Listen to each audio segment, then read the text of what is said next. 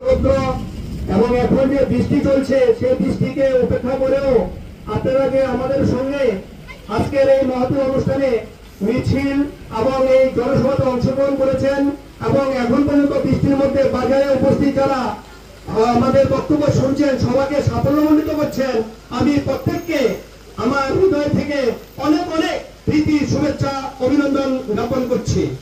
বেলায় বেলায় হামবাই মহোদয়, আমি আপনাদেরকে একটা জিনিস খুব ভালোভাবে সুস্পষ্টভাবে অবগত করতে চাই যে ভারতের বর্তমান মহামহিম যে আমাদের স্বরাষ্ট্রমন্ত্রী অমিত শাহজি, ওনার দপ্তর থেকে যে ministry of home affairs government of India থেকে অর্ডার পাস হয়ে গেছে 19 মে 2025 তারিখে যে সমস্ত অবৈধ নাগরিক, সেটা বাংলাদেশের বা মায়ানমার, পাকিস্তান, আফগানিস্তান, যে কোনো দেশের জনগণ যারা অবৈধভাবে এই ভারত ভূখণ্ডে তথা এই ত্রিপুরা রাজ্যের ভূখণ্ডে প্রবেশ করেছেন তাদেরকে চিহ্নিত করে দ্রুত এই ত্রিপুরার মাটি থেকে ভারতবর্ষের ভূখণ্ড থেকে বিতাড়িত করার জন্য আদেশ অলরেডি পাস হয়ে গেছে। এখন আর আপনাদের সেই ব্যাপারে কোনো ভাবতে হবে না, চিন্তা করতে হবে না। প্রশাসন, ভারত সরকার, ত্রিপুরা সরকার আপনাদের পাশে রয়েছে। আপনারা এই মহতী অনুষ্ঠানকে যে আমাদের যে সরকারের সুনির্দিষ্ট গাইডলাইন সেটাকে বাস্তবায়িত করার জন্য প্রশাসনকে সাহায্য করুন এবং তাদেরকে চিহ্নিত করুন।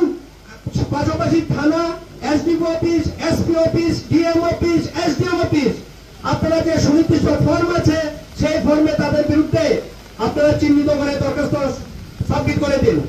এই দরখাস্ত দেওয়ার পর যদি প্রশাসন কোনো ব্যবস্থা না নেয় সেজন্য আপনাদের পাশে সর্বদা পথে, ঘাটে, মাঠে, ময়দানে যিনি আছেন তিনি হলেন আপনাদের এই সুপরিচিত এই রাজ্যের বিধায়ক, যারা রামচন্দ্র ঘাট বিধানসভা কেন্দ্রের বিধানসভার জনগণ যাকে ভোট দিয়ে এবং আশীর্বাদ করে বিধায়ক বানিয়েছেন, তৈরি করেছেন, তিনি হলেন আপনাদের এই রামচন্দ্র ঘাট বিধানসভার বিধায়ক রঞ্জিত দেববর্মা মহোদয়। এই রঞ্জিত দেববর্মা মহোদয়ের যে বিশেষ অবদানের জন্য আজকে এই অর্ডার পাস হয়েছে, আপনারা জানলে খুশি হবেন যে ত্রিপুরা রাজ্যের একটা প্রান্তিক বিধানসভা কেন্দ্রের বিধায়ক স্বরাষ্ট্র মন্ত্রককে চিঠি লিখেছেন 3/8/2024 তারিখ। কোন যখন এর ফল বেরোল না তখন উনি 8/5/2025 তারিখে পুনরায় ভারতের স্বরাষ্ট্রমন্ত্রীর দৃষ্টি আকর্ষণ করে লিখিত চিঠি পাঠিয়েছেন। ওই চিঠি পর ভারতের স্বরাষ্ট্রমন্ত্রী অমিত শাহজি 17 মে 2025 তারিখে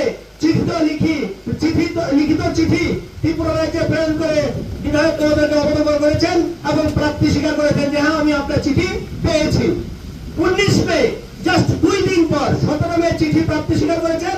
19 মে 2025 তারিখে সারা ভারতবর্ষের জন্য আইন পাস করে দিয়েছেন, ডাইরেক্টিভস দিয়ে দিয়েছেন যে হ্যাঁ সারা ভারতের যত বিদেশি নাগরিক অবৈধভাবে ভারত ভূখণ্ডে তথা ত্রিপুরা রাজ্যে অবস্থান করছেন তাদেরকে চিহ্নিত করুন এবং 30 দিন সময়সীমার ভিতরে এই রাজ্য থেকে বিতাড়িত করুন।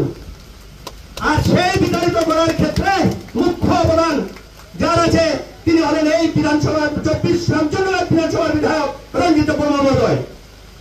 এটা অত্যন্ত গর্বের এবং আমাদের গৌরব উজ্জ্বল ইতিহাস দৃষ্টান্ত স্থাপন করে রেখেছেন। আর সেই 19 মে থেকে এই মাসের 18 তারিখে 30 দিনের সময়সীমা সমাপ্ত হতে যাচ্ছে।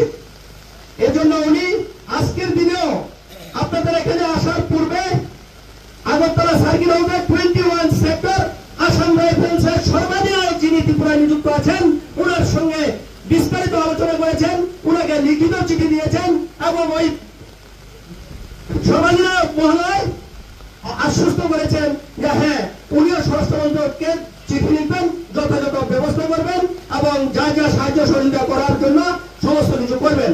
সুতরাং বিধায়ক মহোদয় আপনাদের সমস্ত সময়ের সঙ্গী, সবসময় আপনাদের পাশে আছে। ভয় করার জন্য বা ভয়ের জন্য কোনো স্থান নেই।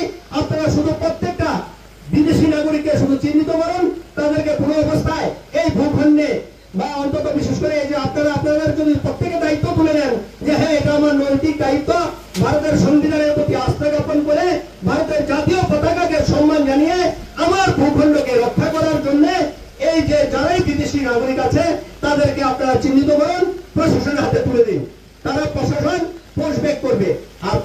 যদি না করে বা করার ক্ষেত্রে গরিমসি তাল বাহানা কালক্ষেপ করেন, তার জন্য যিনি আছেন সদা সর্বদা পথে ঘাটে মাঠে ময়দানে, বিধানসভার ভিতরে বিধানসভার বাইরে, চাই রৌদ্র হোক তুফান হোক আর এরকম বৃষ্টি হোক, যিনি আছে তিনি আছে, সর্বদাই আছে, সর্বদাই থাকবেন আপনাদের কাছে, আপনাদের পাশে।